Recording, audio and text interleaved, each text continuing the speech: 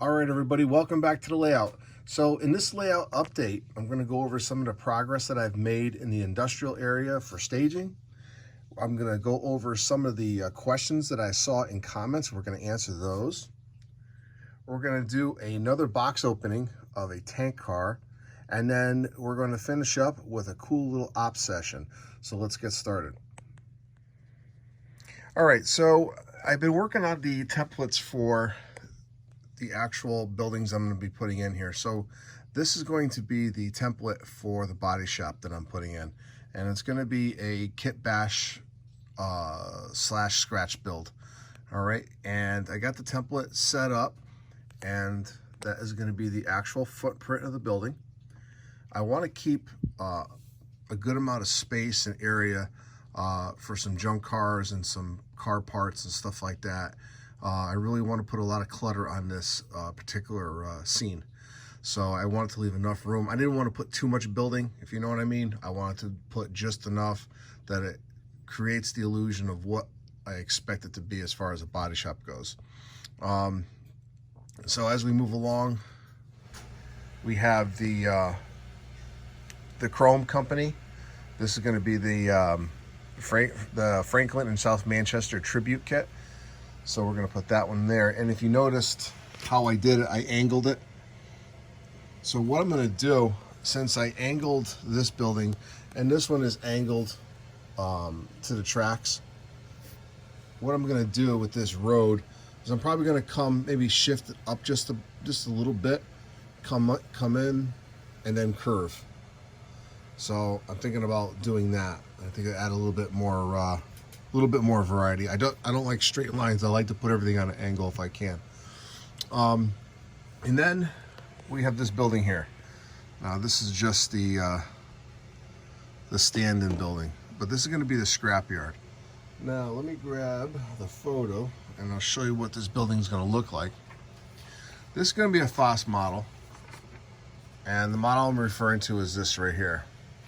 So it's a pest control business right now, but what I'm going to do with this is turning into a scrapyard office and garage area.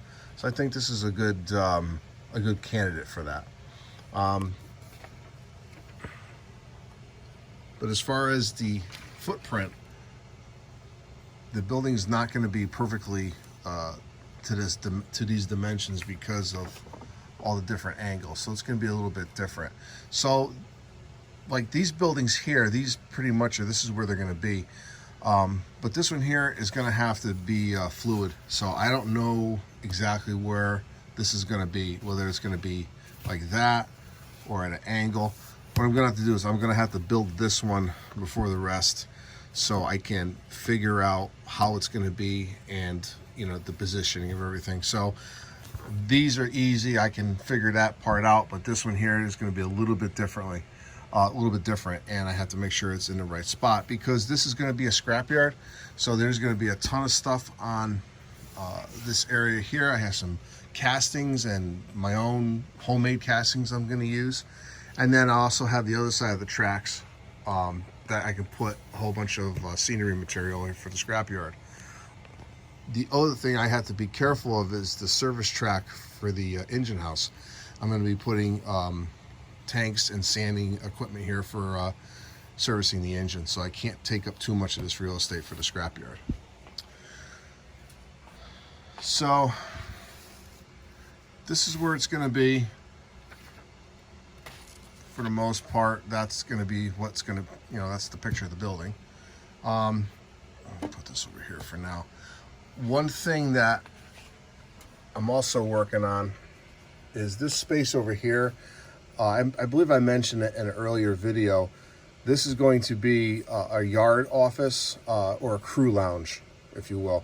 So this is going to be a scratch building, and it's on my workbench ready to be built. So right now I'm going to be getting into the actual building process. So the planning of this area is pretty much done. I just have to get building now. So the next thing that we're going to do is we're going to head over to the other workbench, and there's a couple of questions that a couple of my viewers asked. So we're going to address those too. So we'll be right back. All right, so we're back at the workbench, and there's a question that came in the comments, and it was asking about the sponge painting. So the question came from Dark Woods, and the question was, can the sponge painting be used on both heavy and for light weathering? And the answer to that question is yes. So I'm going to show you the differences right now. All right, so now we're going to show you examples of some sponge painting that I did, and this should answer the question for Dark Woods. Now, this building I built back in 2018. This is a foundations kit from Foscale Models, and this was painted with a sponge. I actually built this particular model on vacation, believe it or not. I took it on a cruise with me, and I built this whole model. And I was on the Anthem of the Seas back in 2018, and this was a nice little fun build, but I used a sponge to paint it. And now this is a pretty worn building. All right, so as you can tell, even being two-tone, you know, you can see all the level of weathering that's on here. And this is all done with a sponge, same with the doors, all right? And it gives a nice realistic effect. Now, you can also do it and have a very subtle effect. Now, this building, believe it or not, one of the last steps I did is I actually sponge painted this with the country tan color, but I went very, very, very light on it, and it's hard to see it, but if you look close, you can probably make out some of the country tan that I put on there. And this is just to show an illusion of peeled paint. And I also did it on the windows. You take the sponge and lightly sponge paint the sides of the edge and the edges of the windows, but this is very, very subtle. You also can see the country tan on the corner trim of this building if you look close, but again, it's very subtle. So you can use the sponge for subtle light weathering, and you can also use the sponge for that effect. So I hope I answered your question with these two examples. So let's get on to the next question. All right, so we're over in Bell Dock right now, and this is relating to a question from TSB Entertainment. And the question had to do with my roster of locomotives, and will I be willing to share them with everybody, and which ones I'm running currently on the layout. So I'll actually be happy to. So this locomotive here is a New Haven S1 type locomotive, number 0937. I currently have two of these on the layout, and they'll probably be here for a while until the expansion is in. So, but let's head over to the industrial area, the industrial staging area, and I'll show you the rest of the fleet. All right, so we're back over in the industrial area, and we're going to go over the rest of the locomotives that are on the layout currently. Now, the other S1 is right here. This is the 0995. All right, so both of these S1s are made by Atlas. Both of these S1s have DCC, and the 0995 is the only one that has sound. Now, the sound speaker that I'm using on the 0995 is a iPhone speaker. All right. Next one is the HH660. Now, this is a Atlas Gold Series locomotive, so it comes factory sound already installed. Great sounding locomotive, great running locomotive, so I'm really happy to have it on the layout. I do have the other number of these that Atlas made, but I'm going to have to put DCC and sound in that one. So eventually you'll see that on the layout as well. Now, the New Haven did use the 660s on Bell Dock because of their pulling power. So once I'm done with it in this area, it will be going down to and spend some time down in Bell Dock. All right. And last but not least, the 44 tonner 0818. I do have the sister to this, the 0817, and Both of them have DCC and sound. They're made by Bachmann. Now this one here also has a iPhone speaker. And let me see if I can zoom in. Not sure if I could. When I got this locomotive, the gears were split in it, and it's hard to get gears for this. So a friend of mine was able to 3D print them. So this locomotive, and also, unfortunately, the 0817 also had a split gear. So both locomotives have sound, and they are both equipped with 3D printed gears. So pretty cool that this thing is back up and running. So what you're going to see now with these locomotives, I will be adding a 5th locomotive to this layout. I already have it, and I'll get it out probably in the next week or so. But the S1s are going to be shopped, and then the 0921 is going to be going down to Bell Dock, and then the 0818 is going to be doing all the switching of the layout. So you're going to start seeing the S1s coming back up, and then I'm going to put them on the storage track here for now. All right, so I hope I answered your question about the locomotive roster. I do have a ton more of the New Haven locomotives, but I will do a separate video for that. So let's get back to the update. All right, so we're back at the workbench, and we're going to do a box opening now. And on this Colombian Southern tank car, I picked this up used, so let's take a look at it.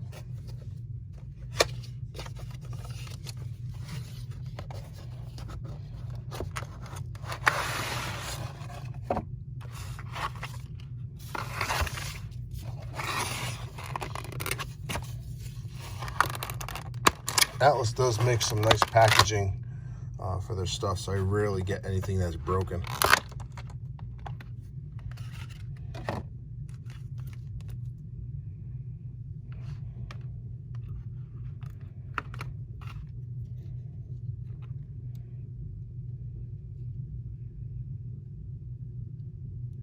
Car's in great shape. It's actually perfect.